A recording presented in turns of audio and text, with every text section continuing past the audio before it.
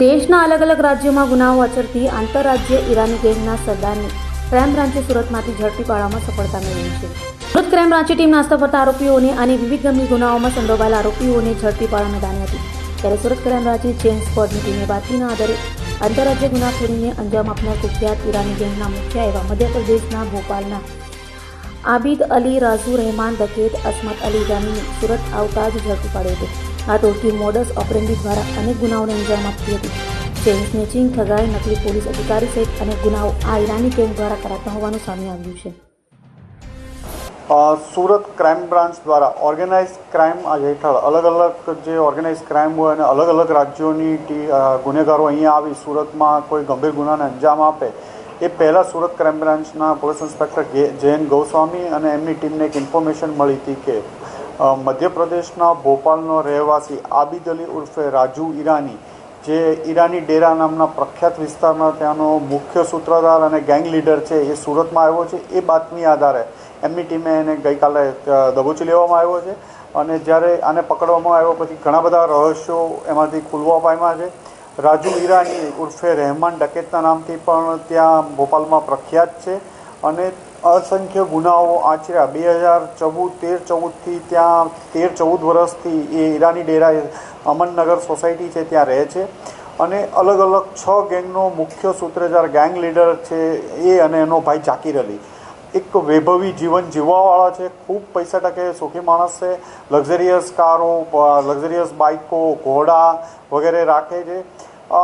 જ્યારે અલગ અલગ આમની ગેંગો કામ કરતી હોય ચીટિંગની, કે કોઈ ડુપ્લિકેટ CBI ઓફિસર બનીને કરે અથવા પોલીસ ઓફિસર બનીને લોકોને વચ્ચે છેતર વૃદ્ધોને મેજોરિટી ટાર્ગેટ કરતા હોય છે.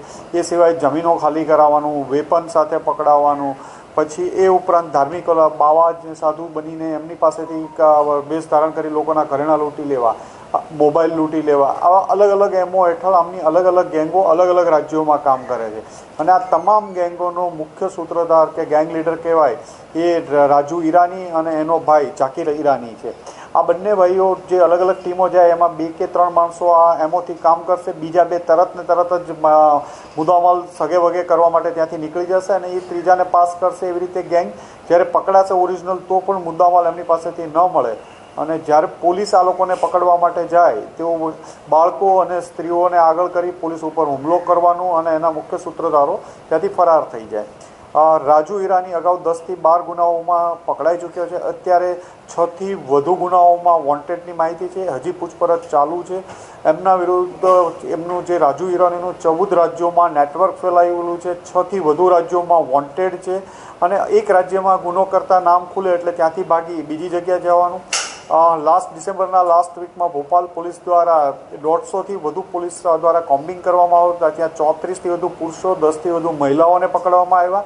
ત્યારે પણ રાજુ ઈરાની ત્યાંથી છટકી જવામાં સફળ થયો હતો. સ્ત્રીઓને એણે પોલીસ ઉપર હુમલો કર્યો હતો. અસંખ્ય બાઇકો પણ પોલીસે ત્યાંથી કબજે આમની પાસેથી લેવામાં આવ્યું હતું. આ ઉપરાંત એમને જ્યારે કોઈ પોલીસને ઇન્ફોર્મેશન એમની આપે છે તો એમના જ એક સાગરીત સાબિર અલીએ પોલીસને ઇન્ફોર્મેશન ત્યાંના એક માણસે આપી હતી તો બંને ભાઈઓએ એમને ઘરમાં પૂરીને આખું ઘર સળગાવી દીધેલું. એ ગુનામાં પણ એ નાસ્તો ભરતો છે અને એના વિરુદ્ધ અસંખ્ય ગુનાઓ છે અને હાલમાં એની પૂછપરછ ચાલુ છે. સુરતમાં કોઈ ગુનાને અંજામ આપે એ પહેલાં જ સુરત પોલીસ દ્વારા, સુરત ક્રાઇમ બ્રાન્ચ દ્વારા એને પકડી પાડવામાં આવેલ છે. અભય થઈને નિષ્પક્ષતાથી નિરપેક્ષ રીતે વાસ્તવિકતાનો અરીસો રૂપી સચોટ માહિતી લાવતો સત્યની સાથે અભય ટાઈમ્સ.